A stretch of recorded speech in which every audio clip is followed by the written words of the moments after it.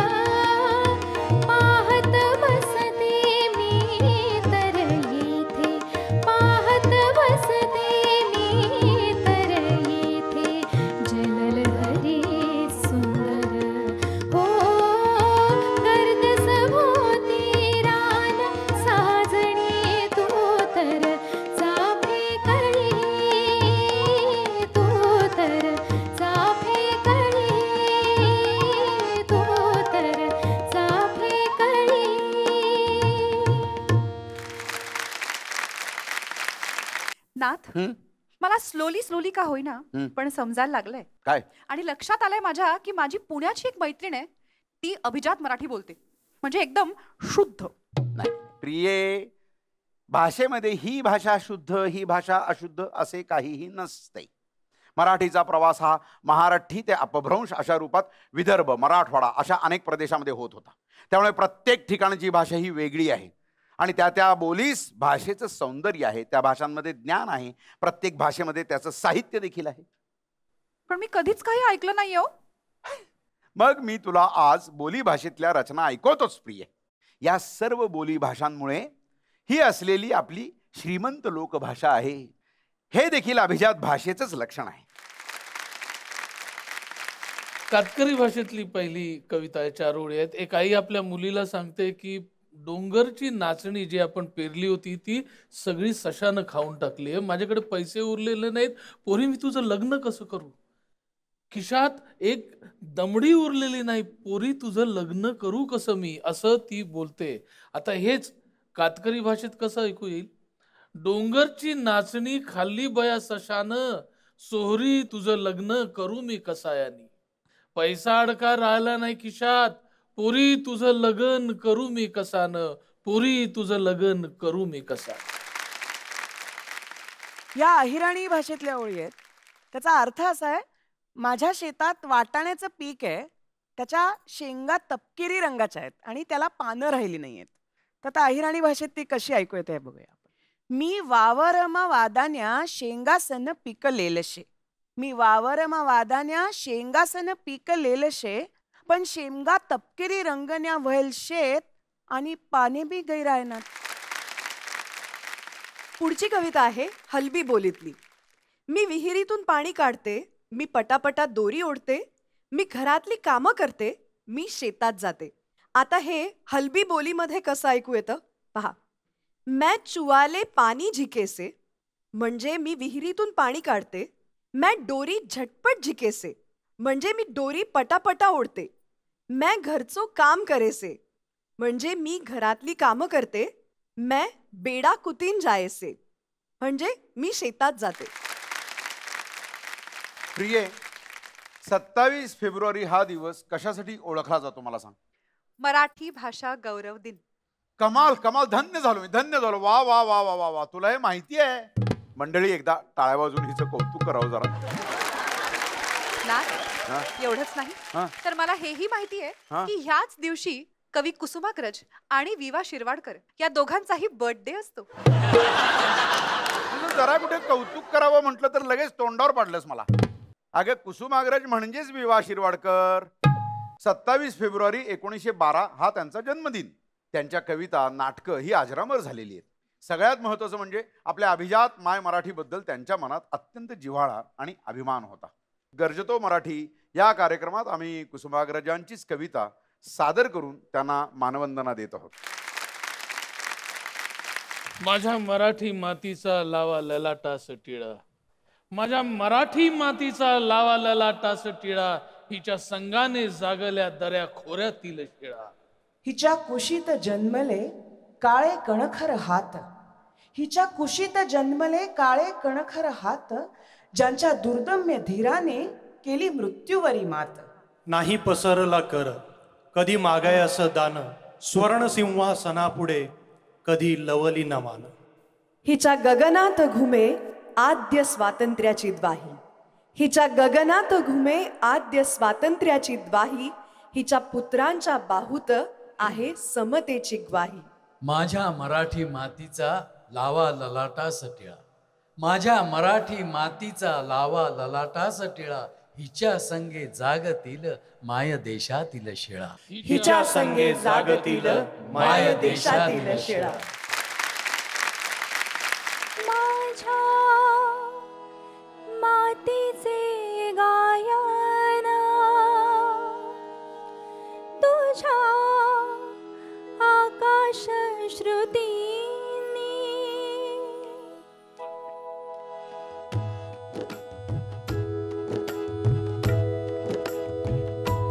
माझ्या मातीचे गायन तुझ्या आकाश श्रुतीनी, जरा कानोसा देऊन, जरा कानोसा देऊन, कधी ऐकशील तारे, कधी ऐकशील तारे. माझ्या मातीचे गायन तुझ्या आकाश श्रुतीनी.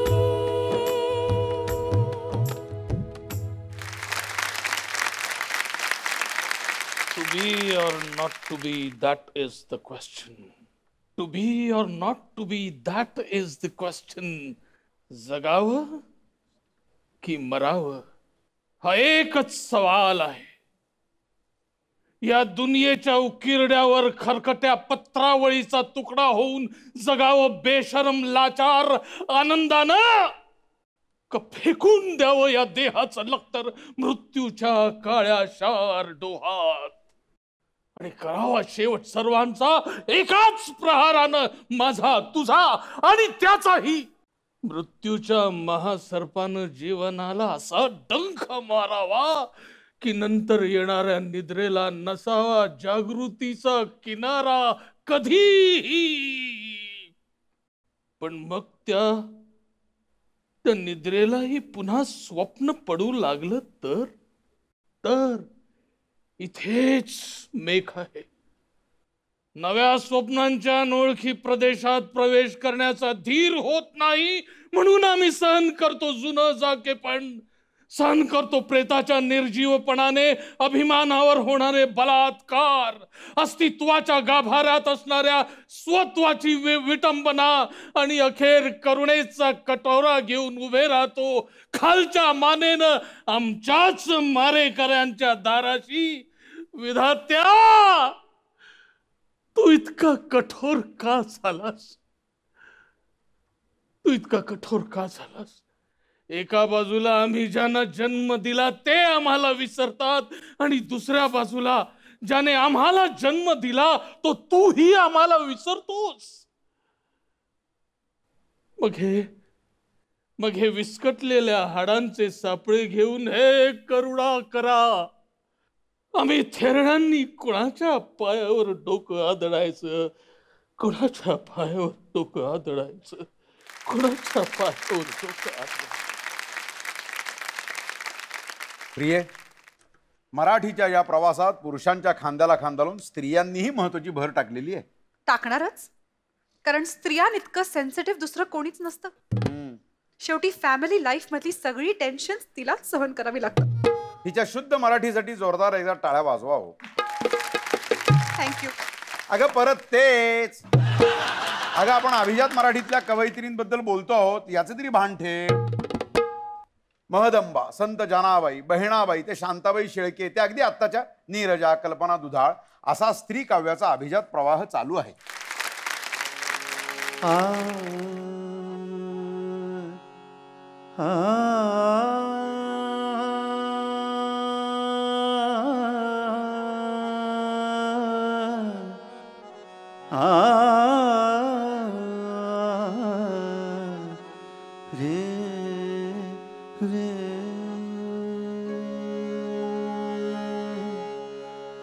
काटा रुते कुणाला, काटा रुते कुणाला, काटा रुते कुणाला, आक्रंदतात कोणी, काटा रुते कुणाला, आक्रंदतात कोणी, मज फूल हे रुतावे, मज फूल हे रुतावे, हा दैवयोग आहे रुते कुणाला, काटा रुते कुणाला.